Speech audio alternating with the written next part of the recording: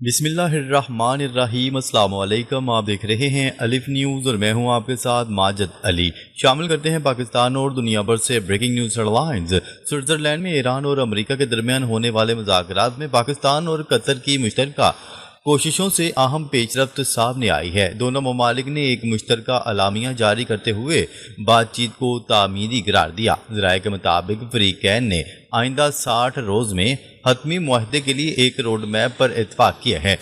مذاکرات کی نگرانی کے لیے ایک اعلیٰ سطحی کمیٹی اور مختلف تکنیکی ورکنگ گروپس بھی قائم کیے گئے ہیں۔ آبنہ ہرمز جوہری پروگرام اور پابندیوں سے متعلق امور پر الگ الگ ٹیمیں کام کریں گی۔ امریکی ذرائع نے بھی مذاکرات کو مثبت اور نتیجہ خیز قرار دیا۔ پاکستان اور قطر نے کشیدگی کم کرنے اور مستقل امن کے لیے اپنی کوششیں جاری رکھنے کے عزم کا اظہار کیا۔ سفارتی حلقے اس پیش رفت کو مشرق وسطی میں استحکام کی جانب ایک اہم قدم قرار دے رہے ہیں۔ ایران کے وزیر خارجہ عباس اراغچی نے مذاکرات میں پیش رفت کی تصدیق کر دی۔ ایران کے وزیر خارجہ عباس اراغچی نے پاکستان اور قطر کی ثالثی کی تعریف کرتے ہوئے مذاکرات میں نمایاں پیش رفت کی تصدیق کی ہے۔ ان کا کہنا تھا کہ مختلف معاملات پر مثبت پیش رفت ہوئی ہے اور رابطوں کا سلسلہ جاری رہے گا۔ ایرانی حکام کے مطابق بعض منجمد اثاثوں کی بحالی اور پابندیوں میں نرمی سے متعلق بھی پیش رفت ہوئی ہے۔ لبنان کی صورتحال اور علاقائی تنازع پر بھی بات چیت میں اہم نکات زیر غور آئے ہیں۔ عباس اراغچی نے مذاکراتی عمل کو امید افزا قرار دیتے ہوئے مزید اقدامات کی ضرورت پر زور دیا۔ انہوں نے کہا کہ مسائل کا حل صرف سفارتی ذرائع سے ممکن ہے۔ ایرانی قیادت پاکستان اور قطر کے کردار کو انتہائی اہم قرار دے رہی ہے۔ مبصرین کے مطابق یہ بیانات خطے میں کشیدگی کم کرنے کی کوششوں کو تقویت دے سکتے ہیں۔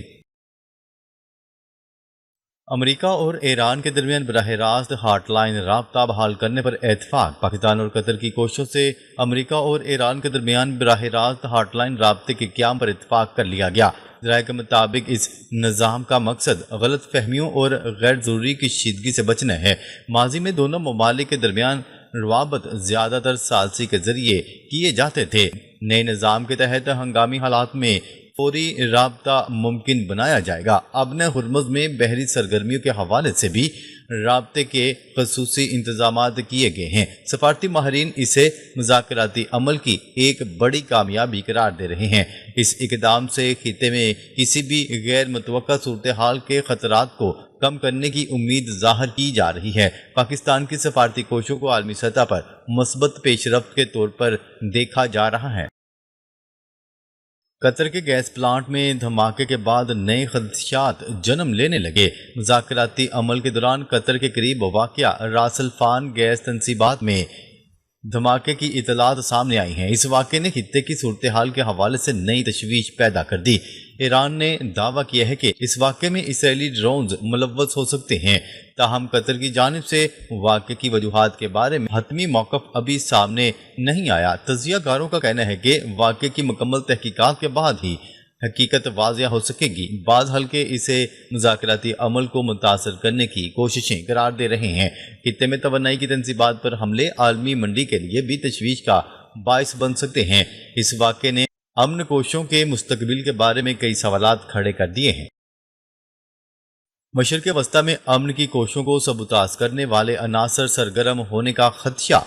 پاکستان، قطر اور دیگر علاقائی ممالک مشرق وسطی میں پائیدار امن کے لیے سرگرم ہیں، تاہم مختلف حلقوں کی جانب سے اس عمل کو ناکام بنانے کی کوششوں کے خدشات بھی ظاہر کیے جا رہے ہیں۔ سفارتی ذرائع کے مطابق مذاکرات میں پیش رفت کے ساتھ ہی مخالف عناصر متحرک ہو سکتے ہیں۔ اس تناظر میں علاقائی قیادت نے محتاط رہنے اور مسلسل رابطے برقرار رکھنے پر زور دیا ہے۔ ماہرین کا کہنا ہے کہ امن عمل ابھی نازک مرحلے میں داخل ہو چکا ہے۔ کسی بھی اشتعال انگیز واقعے سے مذاکرات متاثر ہونے کا خدشہ ہے۔ امریکی صدر ڈونلڈ ٹرمپ نے اٹلی، نیٹو اور یورپی ممالک کو کھل کر تنقید کا نشانہ بنا ڈالا۔ انہوں نے کہا ہے کہ جب ایران امریکہ پر حملے کر رہا تھا اور ہم مشکلات میں تھے تو تم کہاں تھے؟ اربوں ڈالر نیٹو پر خرچ کرنے کے باوجود جب ایران سے لڑنے کی باری آئی تو سب غائب ہو گئے۔ ڈونلڈ ٹرمپ کا کہنا تھا کہ یہ بدترین صورتحال ہے اور یورپ ایران کے خلاف لڑنے کی ہمت نہیں رکھتا۔ انہوں نے واضح کیا کہ اب امریکہ کو فیصلہ کرنا ہوگا کہ نیٹو کے ساتھ رہے یا الگ ہو جائے۔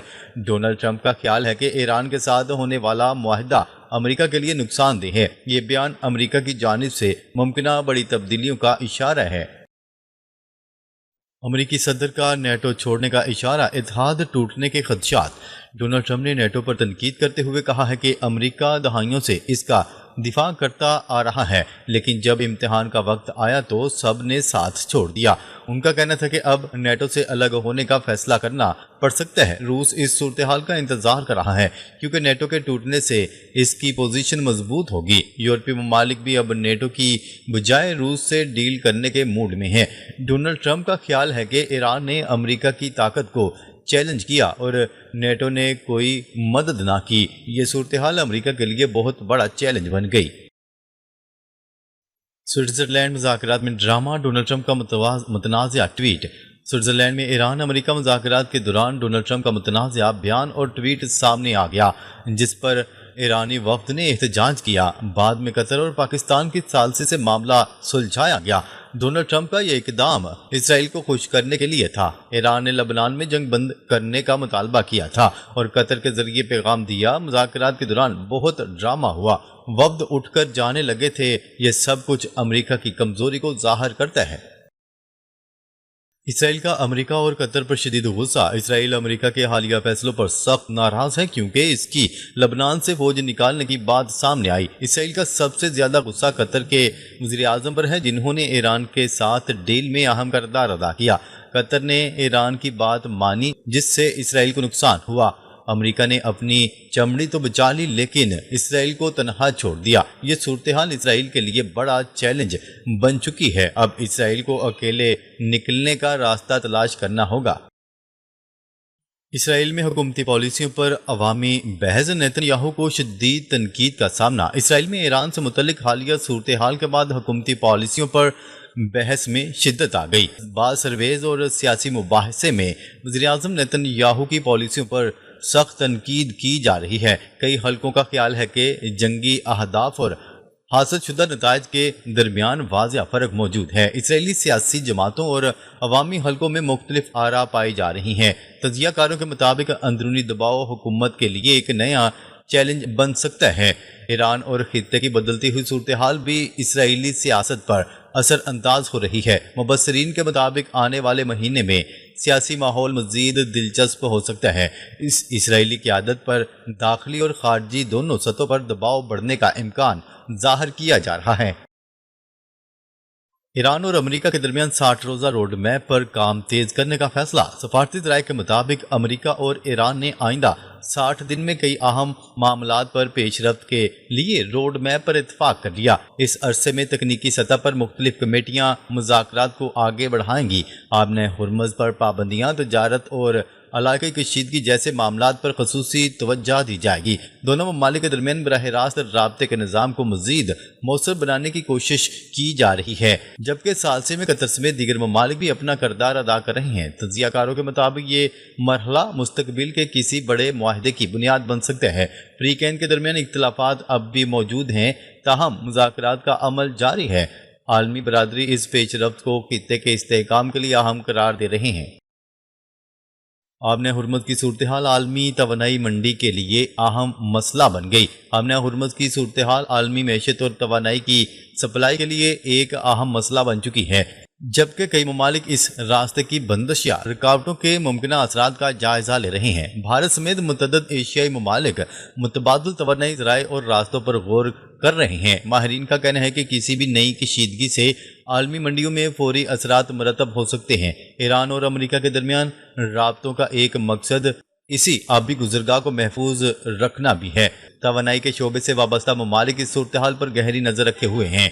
اقتصادی حلقوں کا خیال ہے کہ مستقل استحکام سے عالمی تجارت کو فائدہ پہنچ سکتا ہے۔ آنے والے ہفتے اس معاملے میں مزید پیش رفت کے حوالے سے اہم سمجھے جا رہے ہیں۔